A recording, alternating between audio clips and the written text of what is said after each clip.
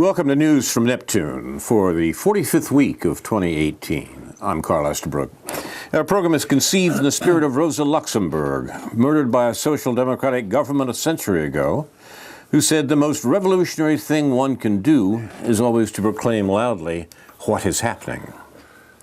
That begins by calling things by the right name, particularly in regard to socialism and capitalism. Our mentor, Noam Chomsky, says, terms like capitalism and socialism have been so evacuated of meaning that I don't like to use them. There's nothing remotely like capitalism in existence. To the extent there ever was, it disappeared by the 1920s. Every industrial society is one form or another of state capitalism. Close quote. That doesn't deny that state capitalist regimes that called themselves socialist made immense strides in the 20th century, in Russia and in China notably.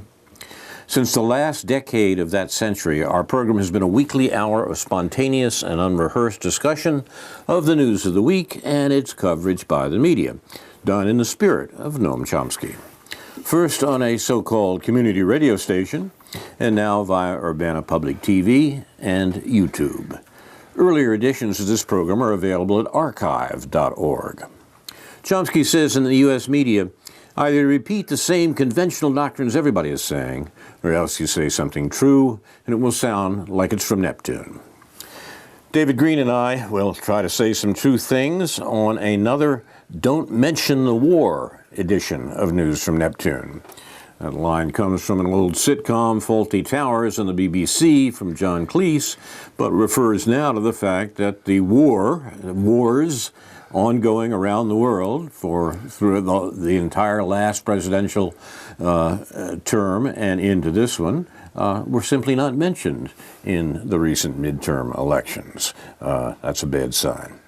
What else is on your agenda, David? Well, you know, my high school class is having its 50th reunion tomorrow night, and unfortunately, I'm not going to make it. Oh, too bad. But I don't think it's too bad. But in any event, about 40 miles west of there is where this shooting in Ventura County happened on was it Wednesday? Yeah. And to sort of play off your idea of what happened to the war, or don't mention the war. Don't mention the war. Right. Okay, well, don't mention the fact. I mean, mention the fact that the Ventura shooter was from a military background. Yep.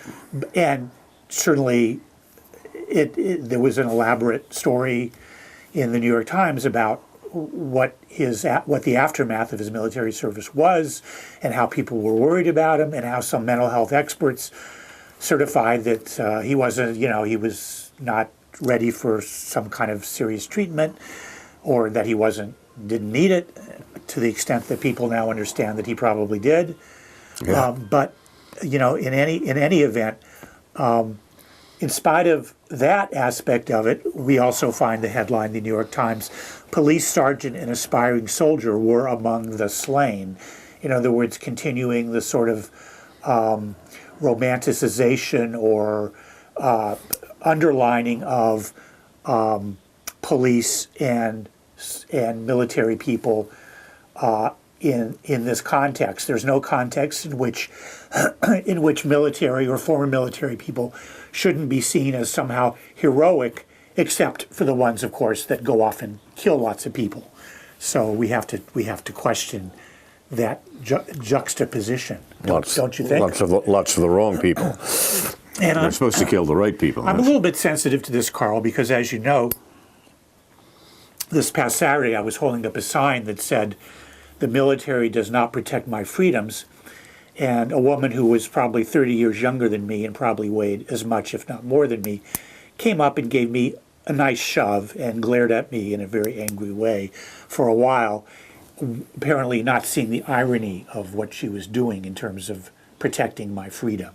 My basic freedom of speech, This was at the regular anti-war demonstration a week ago last Saturday. Right.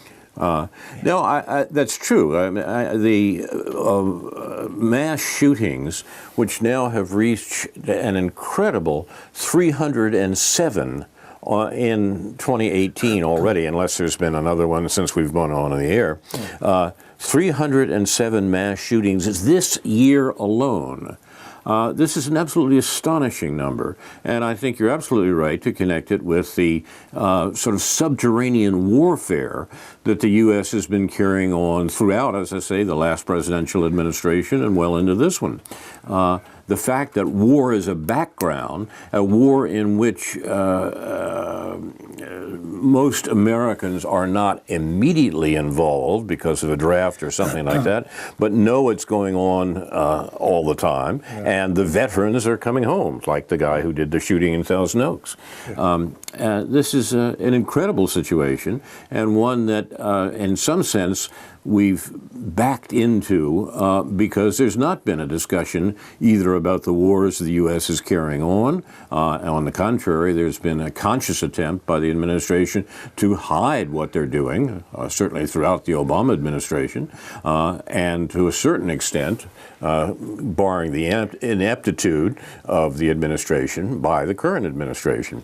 Now, in those circumstances, we should be talking about what the society is doing without neglecting, as it were, the individual responsibility for these outrageous crimes. It was pointed out that some of the people at the bar that was attacked this week were victims of the shooting in Las Vegas. Yes, one year ago, yes. A year ago. In fact, I think they were there for that reason. Exactly. Yeah. Exactly. So, I mean, there is a continuity, a generality to this situation that the lone nut explanation isn't really enough of, isn't really adequate to cover. It seems to me that one of the places we have to begin is to talk seriously about banning the private ownership of firearms. That's simply got to be done. You mentioned before we went on the air Australia's experience over the last decade. A number of years ago, a mass shooting in Tasmania led to Australians to launch on a massive program of confiscating, with compensation, private firearms and sharply reducing the availability of private ownership of firearms. And the results are clear. A decrease in homicides, a decrease even more in suicides, suggesting how many suicides are, as it were, spur of the moment things, for lack of a better term, and that require a firearm for their execution, literally and figuratively. So it's a situation where an obvious solution is out there. Forbid the private ownership of firearms, and realize that for all the nonsense we hear about this on all sides, I posted this on Facebook the other day and got a normal wave of that sort of nonsense coming back. Yeah. But for all the nonsense we hear about this is perfectly compatible with our constitutional traditions. People say, look at the Second Amendment. The Second Amendment says the right of the people to bear arms shall not be infringed. That's fine. One minute we recognize that that right is a corporate right. It belongs to the body of citizens at whatever level, as it did in the 17th century, as it did in the 18th century. The community has the right to be armed, certainly. Circumstances in which a community is armed and the way in which the community is armed certainly has changed from the age of flintlocks and single-shot rifles. There weren't even any of those in the Revolution. But it's outrageous to assume that, well, I have a constitutional right to own an AK-47. You don't. And we've got to stop that. We've got to do something about that. Yeah. And I do want to emphasize, again, the connection to the whole blowback from militarism phenomenon, exactly. Which I did a couple of weeks ago in relation to that limousine crash in upstate New York. I actually wrote an article about that, which I submitted to the News Gazette. But But by the time I spoke with David Burleson, the managing editor, he said that he gave me the sort of lame excuse that it was already dated. A whole month had gone by since these 20 people had died as a result of the fact, as a not direct but not indirect result of the fact that an FBI sting-up operation had brought this Pakistani criminal, had kept this Pakistani criminal busy, and that he was the one who ended up owning this shady limo service, and the result of that being these needless and tragic deaths. So that was my number one. Mm-hmm. Number two is a kind of a question along the theme of when you go looking for stuff that's not there in journalism. And specifically what I'm referring to is back to the fourth ago breaking news thing, which was, I guess, a couple of weeks ago, the pipe bomb mailings. Mm-hmm. I still haven't gotten a straight answer from doing a decent amount of Googling as to whether those pipe bombs could have ever done anyone any harm. And I think it matters. Apparently nobody else in journalism does.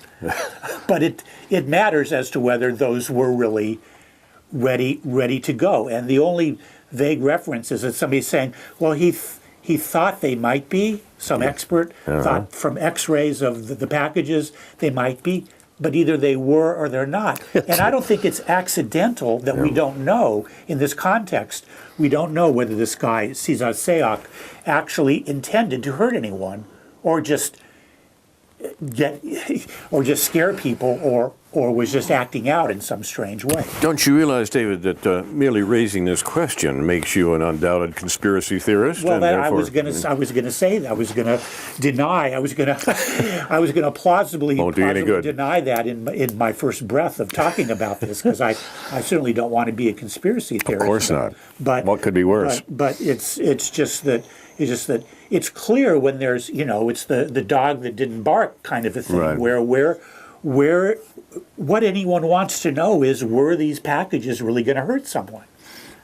Don't you think? Yeah, well, you think it might be a reason to raise questions about whether we're dealing with a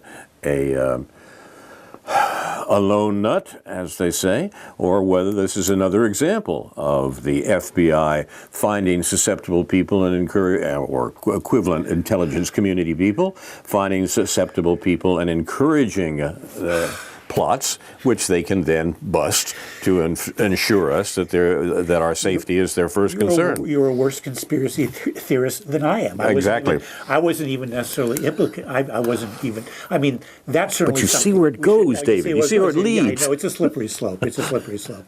But still, and another less important, perhaps less pointed or less salient question is, what is to the second most recent breaking news, phenomenon.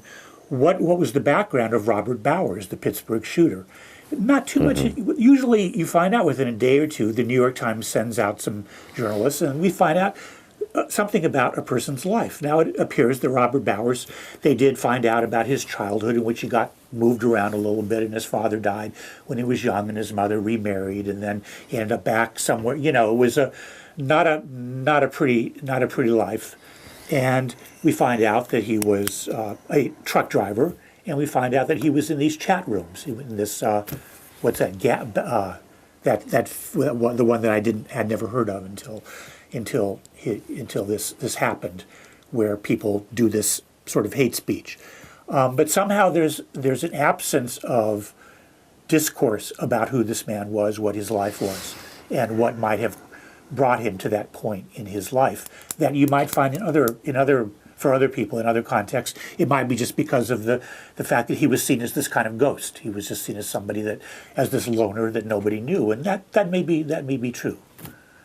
In a certain disconnected way, this suggests to me a possible reference to a recent study that I've really found rather surprising about the amount of income people would give up in exchange for more meaningful work.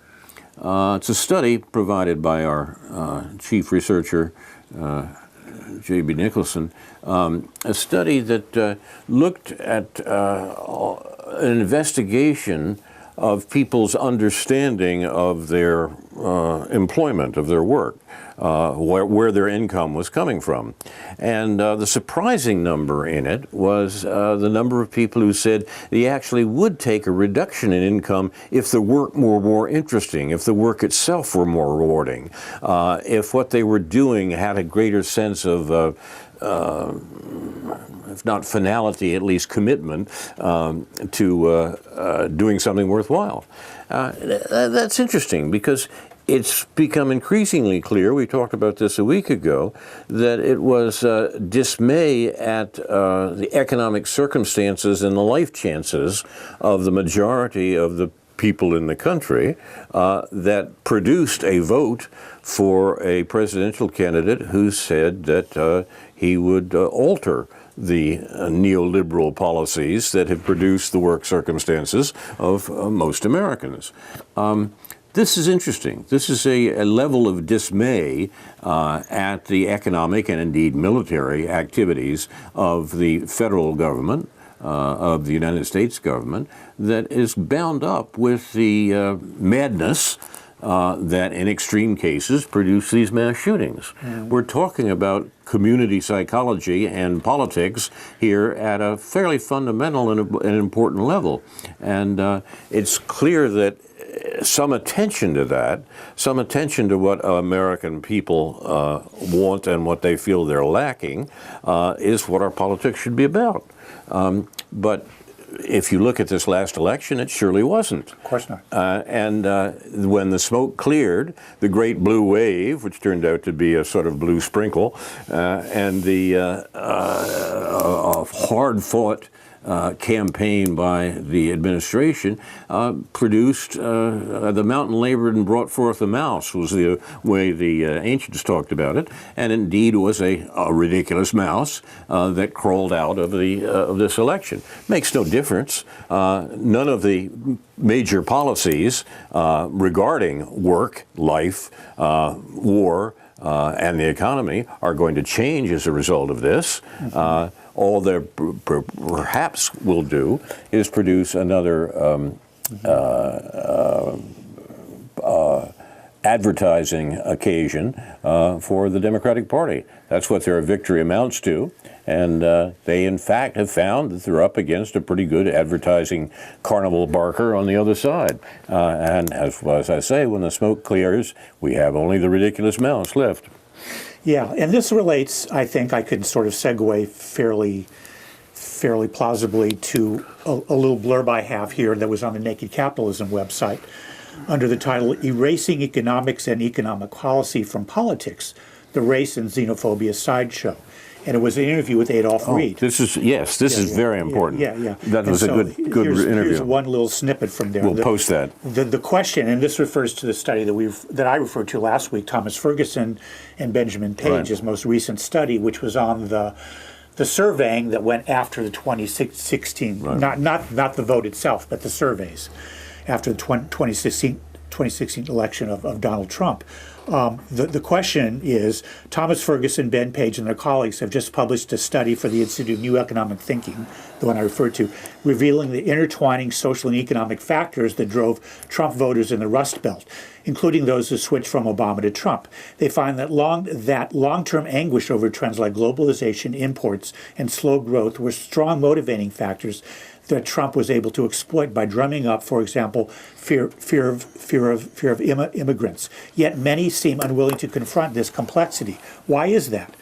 And Adolph Reed's answer, in part, is my concern, and I've gotten more emphatic about it over time. He's been at this for about 30 years, I think, is that if this argument is fundamentally an argument about the strategic direction that progressives and/or the Democratic Party should follow, then it's really a debate about whether we try to mobilize around a politics that challenges the economic inequalities that are reproduced and intensified under capitalism, and especially neoliberal capitalism, or we pursue a response that accepts the logic of those inequalities and seeks to mobilize around a notion of fairness within that regime of fundamental inequality. From that perspective, the notion that the fault line in left-of-center politics now is between people who take a class perspective and those who take an identity-based perspective miscasts the actual tension. The identity position is itself a class position. It is just a position of a different class from the working class. End of quote. We mentioned last week, too, the Black Agenda Report's discussion of the issues that were avoided and the issues that were mentioned disingenuously in the course of the campaign. We can only underline that now that the campaign is over. Much mention by the Democratic Party of a concern for health care, which their poll showed them played well with the electorate, and in fact turns out to be quite remarkably meaningless.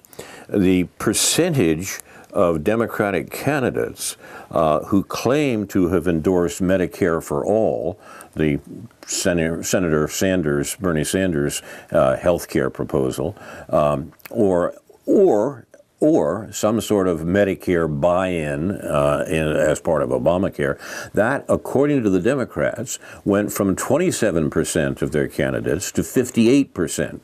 But once again, it's meaningless because we saw the Democrats, what the Democrats were in fact willing to do when they had control of Congress, and a Democratic president, by the way, on these issues, push away that public option, never discuss the long-standing bill in Congress, H.R. 676, Medicare for All, and push aside and push for Obamacare, which keeps the medical system of HMOs and whatnot in place. That is, the Democrats in office worked against what they said they were working for in this last election. So, I mean, most Americans realize they're being lied to by the Democrats on the medical issue, and in fact, Democrats perhaps should be worried that there are more and more Americans considering health care an important issue,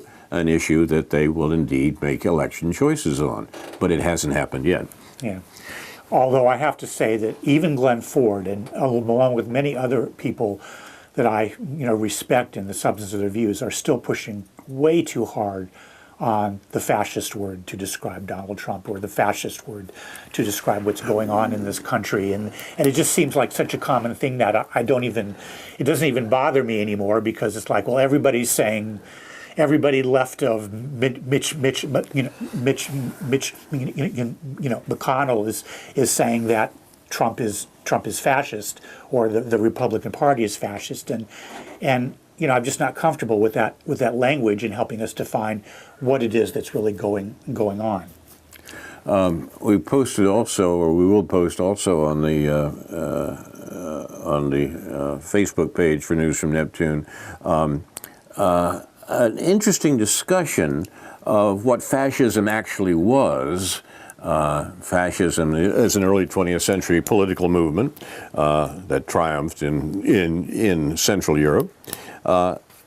A discussion of what that is and how different it is from the politics associated with the Trump administration. It's a dark hole to climb down into, but in fact, I think you're absolutely correct, David, to suggest that the use of the word is largely, if not completely, propagandistic right now. It's a stick to beat your opponents with, but it's unclear, I think, to a lot of Americans that what actually is being done here is an attempt to bludgeon an accidental president, so to speak, back into order, a fairly successful campaign to bludgeon him back into order, not a real contradiction between different political positions. The American political establishment has continued to insist that the neoliberal and neoconservative policies of the last several administrations must be continued, and the threat that Trump represented was a threat to water down those policies in some ways, perhaps by talking peace with Russia, and changing the vast military threat that the U.S. poses to the rest of the world in order to maintain its economic dominance.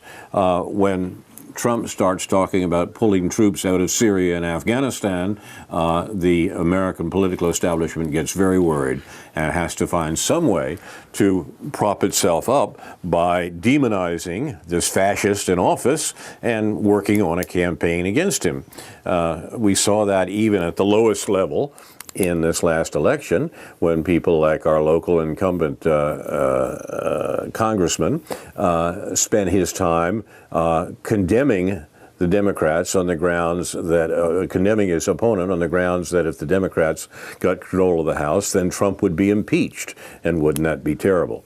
When we're fighting politics at that level, we're so far away from the real issues that affect this country and the world that we can only assume that it's shadow boxing and really doesn't make much difference, as this last election doesn't make much difference. Yeah. It's almost as if the word fascist has become something you call someone that you don't like. Exactly. Someone who is overbearing, or someone who wants to silence you, maybe like that woman who came up to me in my sign last Saturday, but I'm not really perseverating on that. But anyway, rather than fascism in a serious conversation would be the corporate state, a corporate party state with a militarized, a highly militarized corporate party state with certain racial aspects, certain national identity aspects, but we're talking about the state. We're talking about a fascist party that takes over a corporate state, and that's of a very different order.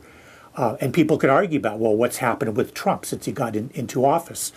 I don't see that much difference than what would have happened if Hillary Clinton had gotten into office, or what's been going on for 40 or 50 or 100 or 200 years. There are those who argued that the far more militaristic option in the last presidential election was, of course, Mrs. Clinton, that she was the one who wanted to establish a no-fly zone over Syria and threaten the Russian presence, perfectly legal in Syria, with American war. So it's for the victor of Libya, the woman who had a lot more experience killing people. Exactly, and celebrated the gruesome murder of one of the most progressive African leaders in Muammar Gaddafi.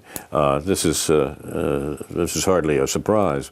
No, the question of war that is not to be mentioned in the election, or much apparently afterwards, really is central to what the American political establishment is trying to do, and central to the reason they fear Trump. It was pointed out by an interesting article on the Counterpunch site this week that Obama was a far more competent military manager, manager of the imperial military control the U.S. has of the world, than his predecessor, than George Bush was, in the sense that Obama conditioned the American militarism and enhanced it, but without drawing attention to it. He spent more money on war and the military budget in his first 4 years in office, this is Obama, than Bush did in the first 4 years after 9/11, while convincing much of the American public and the world that he, Obama, was anti-war. It's a long time ago, people forget, but he ran as an anti-war candidate in 2008, and immediately in office vastly expanded, sent 30,000 more troops to Afghanistan, the war that the United States has been fighting now for 17 years. It's incredible when you think about it.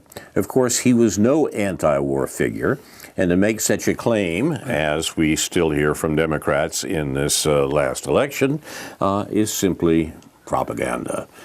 This is the Democrat Party that consciously recruited military veterans of the intelligence community, the CIA and the FBI, to run for Congress across the country.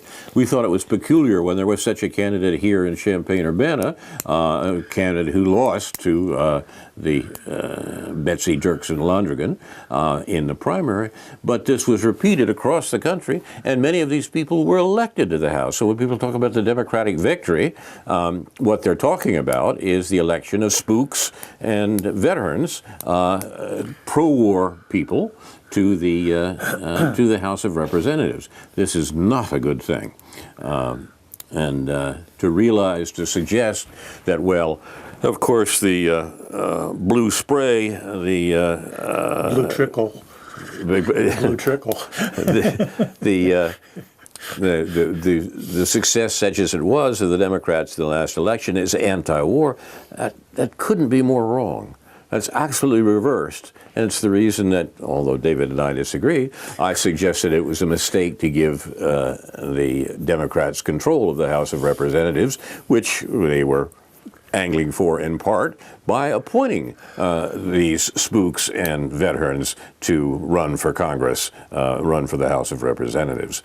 We'll see what comes of it. But while the administration can be bludgeoned into continue the warlike behavior towards the rest of the world, and particularly the warlike behavior towards Russia and China, in order to enhance they think, American business possibilities. The belligerence continues, and it continues by a party which somehow manages to describe itself and its last presidential representative as anti-war. This is madness, absolute craziness. Just another dog that doesn't bark. And one of the positive things that was rightfully promoted as a result of this election was that Florida gave voting rights back to its felons. The people of Florida, the good people of Florida, gave voting rights back to its felons. And then the data is the following. There's 1.5 million felons in Florida out of 25 million people. That's all people. So that's 1.5 million out of less than 20 million people over 18. That's getting close to 10% of the adult population of Florida having committed a felony in their life. And we're not supposed to be shocked by that for some reason. We're not supposed to say, hey, wait a minute, isn't that, I mean, aside from the fact that they should be allowed to vote once they've done their time or whatever, but why is it that we have a country in which, or a state, and this reflects to a certain extent the entire country, although it varies in kind of strange ways, as I found out by doing a little bit of research. Why is it 1 out of 10 adult people does something that horrible in their lives? I mean, look at children.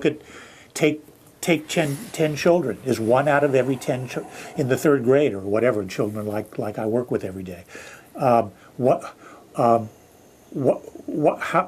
is it that one out of 10 of those grows up to commit more than just a petty crime? That's too much. There's something wrong.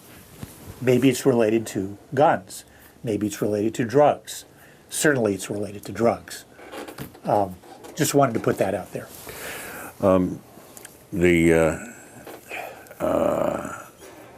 You're watching news from Neptune? Obviously, what I believe it's related to structural factors that we talk about on this show. Mm-hmm. Not anything as simple as drugs, as just drugs or just guns or whatever. With the midterms over, the anti-Trump resistance, or the resistance to fascism, of course, didn't have to wait long for its next extinction-level meltdown. Jeff Sessions' forced resignation from the Department of Justice, the Sessions, the ex-Senator Sessions, was Attorney General, his forced resignation, Trump threw him out, gave protesters and celebrities the perfect excuse to plan a day out. Yesterday, Sessions resigned on Wednesday at Trump's request, a move that came after months of speculation. Trump had publicly said several times that he was unhappy with Sessions' performance and accused the former Attorney General of failing to take control of the Justice Department. The response of the political establishment was immediate.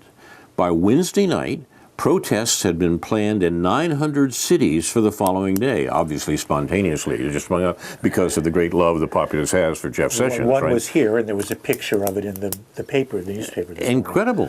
These things were put together. They were put together by the political establishment that is desperate to remove Trump, who might foul up the program of war and inequality that has been followed by all recent administrations. MoveOn.org, a Democrat organization originally formed to oppose the impeachment of Bill Clinton in 1998, released a statement saying, quote, "Trump putting himself above the law is a threat to our democracy, and we've got to get Congress to stop him," close quote. They didn't use the word fascist, but you knew it was coming. Yeah. This is madness and dangerous madness. And if you're not immediately put off by how funny it is, you may be concerned, and indeed you should be. Yeah, I mean, and it was cold yesterday. That's right. We went out there in the cold to do this silly thing. And some News Gazette journalist had to, or at least photographer had to go out there in the cold to do this silly thing. So is it my turn or your turn?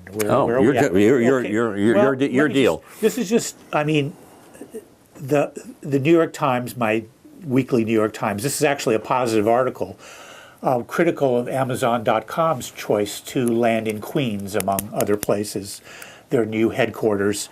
This big phony thing that's been going on for months and months.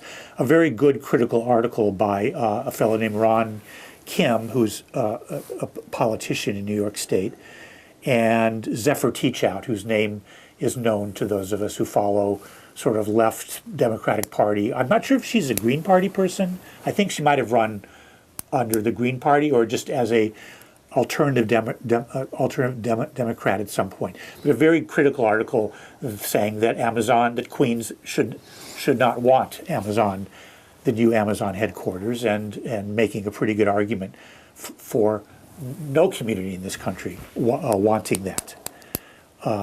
So that's something you could actually profitably read in the New York Times this morning. There is more news from Afghanistan, in addition to the American commander's suggestion that the war is unwinnable after 17 years, and we simply have to keep killing people in Afghanistan because we're caught in an unwinnable war.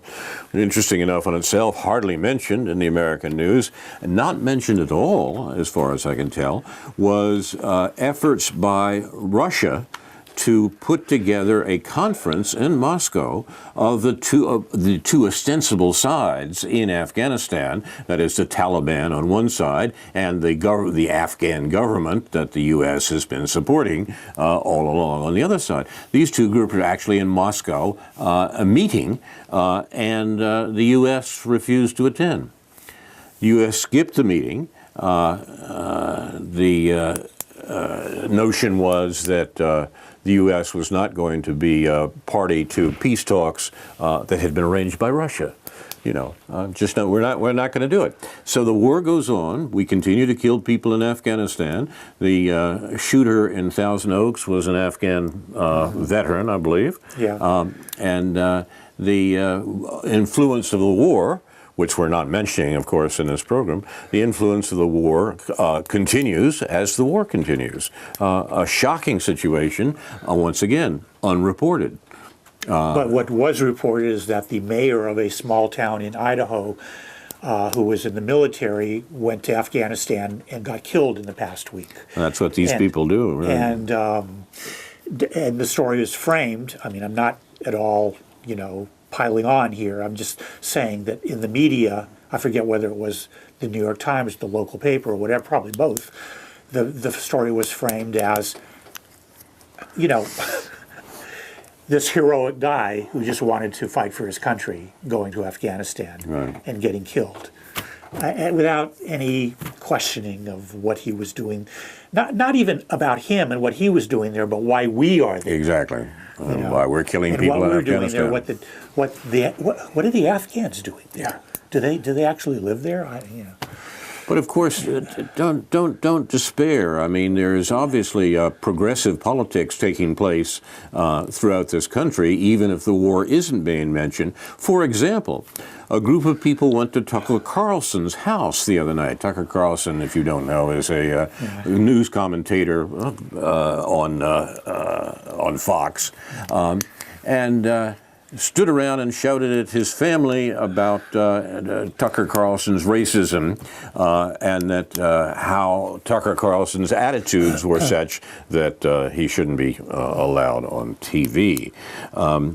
The attack on Carlson for racism was defended by the Vox.com news site, one of the most wretchedly liberal operations in the news business, and the group that demonstrated at Carlson's house is called Smash Racism DC. I think it refers to the District of Columbia, not to current.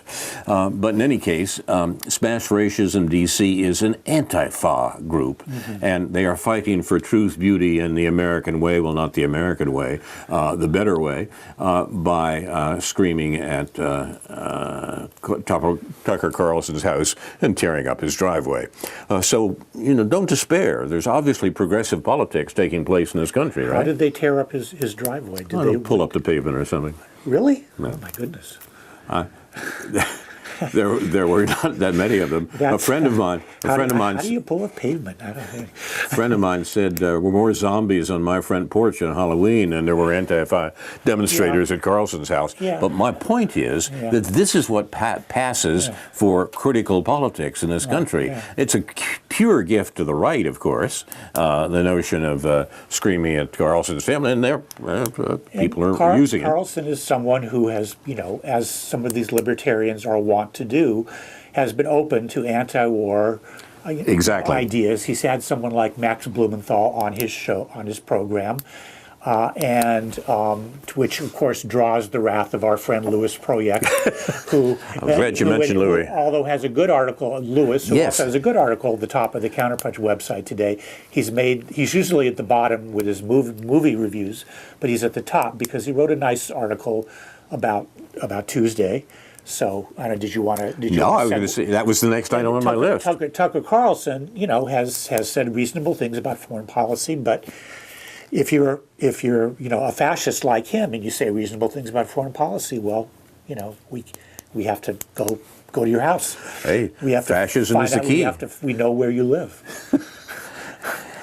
Louis Proyek writes, ever since the Democratic Party abandoned its New Deal legacy and adopted the neoliberal centrism associated with the Carter presidency and then cast in stone by the Democratic Leadership Council in 1985, each election loss has generated a chorus of remonstrations in the left liberal press about the need to run progressive candidates if the Democratic Party wants to win.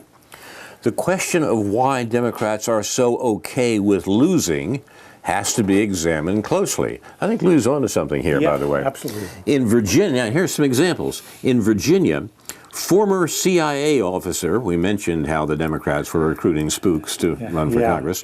Former CIA officer Abigail Spanberger and retired Navy Commander Elaine Luria defeated Republican incumbents. Hey, here's progressivism, right? There's the Democrats. They've got military people taking these places. Air Force veteran Chrissy Houlihan of Pennsylvania, former CIA analyst Alyssa Slotkin of Michigan, and former Navy pilot Mikey Sherrill, a woman, of New Jersey, also helped the Democrats regain the House. Sherrill calculated that moving to the center would serve her own and the party's interests. On tax policy, she sounded more centrist Republican than mainstream liberal Democrat, and she refused to endorse issues like free community college tuition, which has become a popular talking point for Democrats and was launched by Governor Phil Murphy this summer. Quote, "Without understanding how that would be paid for, I haven't supported it because it sounds like it would raise taxes on our families." This is the progressive, this is the liberals, right? It was jarring to hear Cheryl oppose Democratic Party wish list items like free community college tuition or Medicare for all coverage out of fear that it may raise taxes. She used the same excuse to sidestep supporting a carbon tax to reduce global warming. Now, this is what happens when we get together and oppose fascism. We get the same politics that we have had all along, now under a Democratic progressive banner, and the reason I voted for the Republican. And one of those women in Virginia defeated the fellow who had defeated Eric Cantor a few years ago with that upset primary. Right. I mean, a right wing jerk of a guy, you know. But for what it's worth, you know, he was able to defeat Eric Cantor. But I mean, not much to choose from there. Do you think Betsy Lonergan was any better than any of these people that you just referred to, or that Louis Proyek referred to? I think she was cast from the same mold. Yeah. It was exactly what was at stake. And if she hadn't been cast from the same mold, she probably would have won. If she did support Medicare for all, she might have won. If she was anti-war and assertively anti-war, she might have won. These people, I mean, I'm asserting this without any evidence, but still, it's like, as long as you're going to lose, why not? I'm not saying she actually believes these things anyway, so she probably wouldn't be authentic. But if she was just concerned with giving herself a better chance to win, she would have had more openly left views. But that wasn't who she was accountable to in order to win the primary. The article we're talking about, which I say I will post on the Facebook page for News from Neptune, by David's friend Louis Proyek, is entitled "Why Democrats Are So Okay with Losing." And the rough answer, the fundamental answer, is they're okay with losing because they're losing to the same policies that they would pursue in office, even though they say they wouldn't. In other words, the Democratic Party is down with the neoliberal and neoconservative policies that the new Congress will follow, and that the arguments that will ensue between the two parties is shadowboxing. It's play acting. The policies remain the same regardless of which of the two parties you choose to vote for. That's why the Democrats are okay with losing. They know they've won also. Yeah. One of the Democrats' major donors out in California, and we talked about this a couple of weeks ago off air, Tom Steyer, who is a hedge fund manager worth $2 billion, his wealth of $2 billion.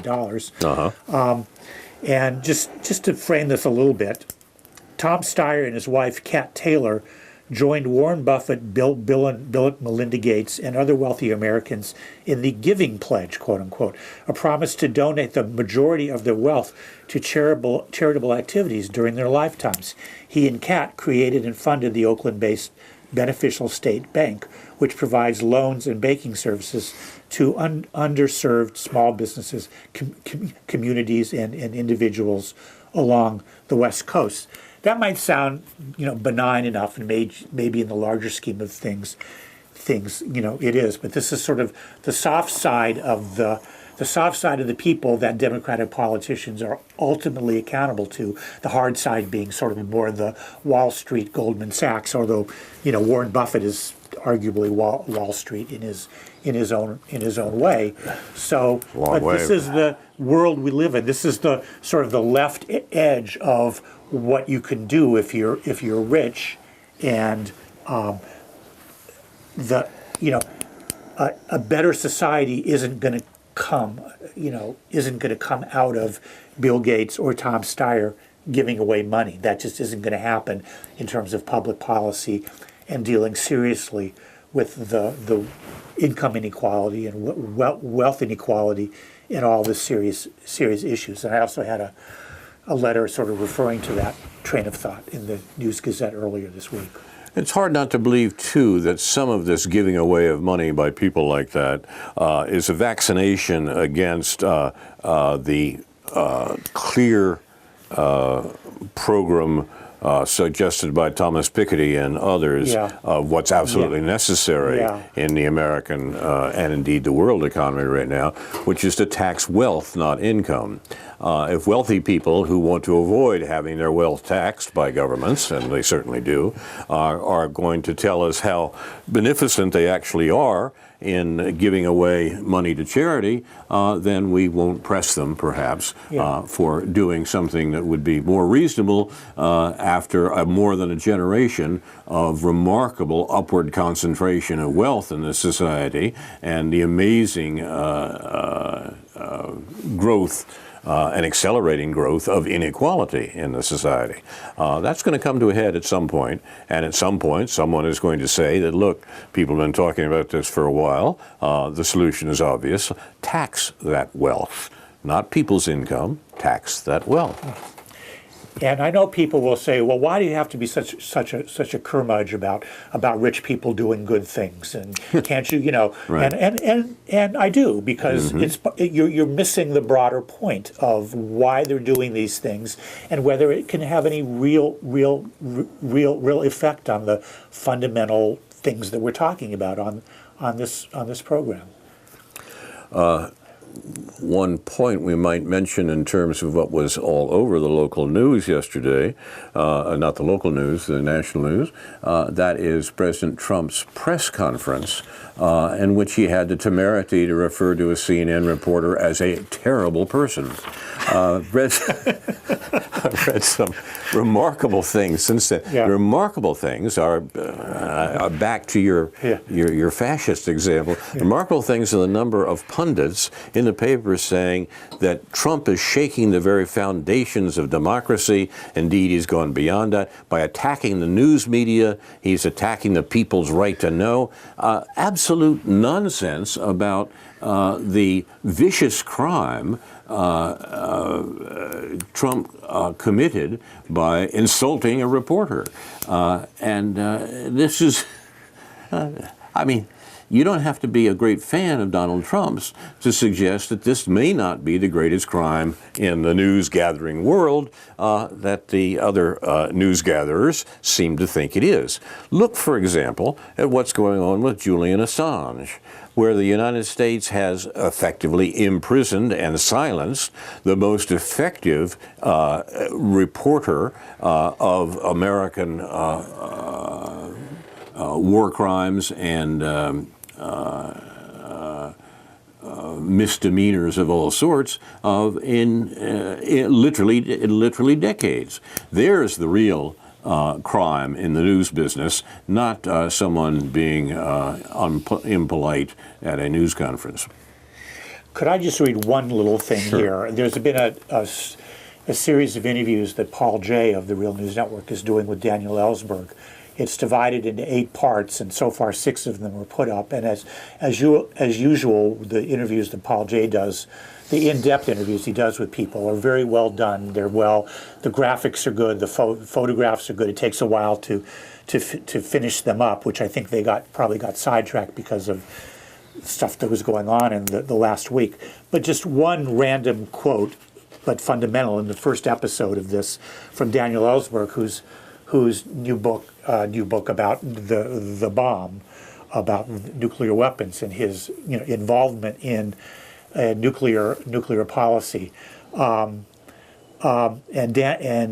he says, in referring to the years after World War II, he said, "Our policy has rested really since the beginning of the Cold War and since the formation of NATO on using as an instrument of policy the threat to destroy civilization, or most of humanity, backed up by the capability to do it, keeping it modern, keeping it up to date, replacing old weapons that were finishing their production lines with new weapons to produce more profits and jobs and votes, We'll come back to that. Our economy, to a considerable extent, depended on this process of peacetime armament or Cold War armament indefinitely, as though we were preparing for war indefinitely, and that's what we have been doing.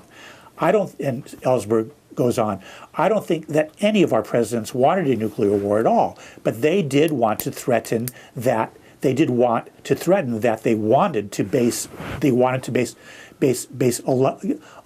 alliances on that threat and that promise, and to prepare for it.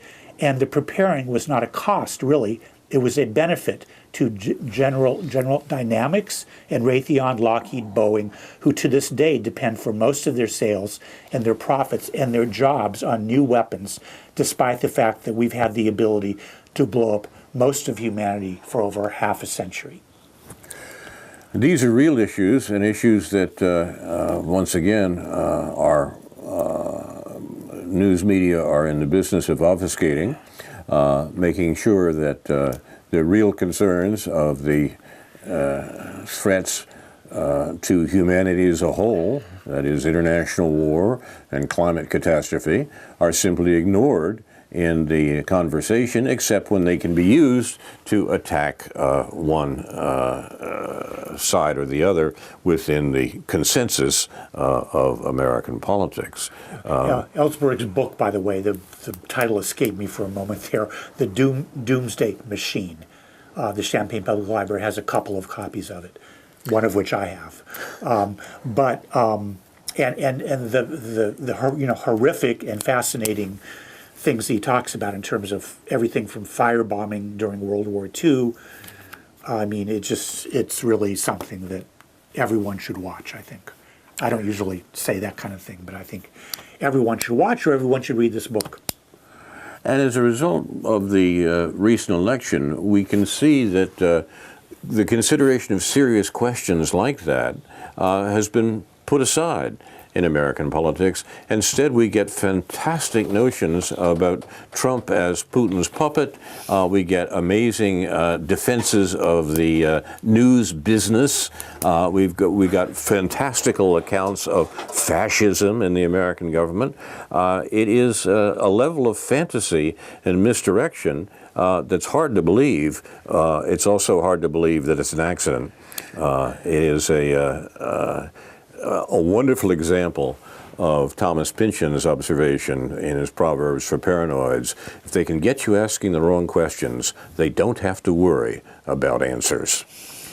You've been listening to News from Neptune, where we try to ask some of the right questions for the 45th week of 2018, another Don't Mention the War edition.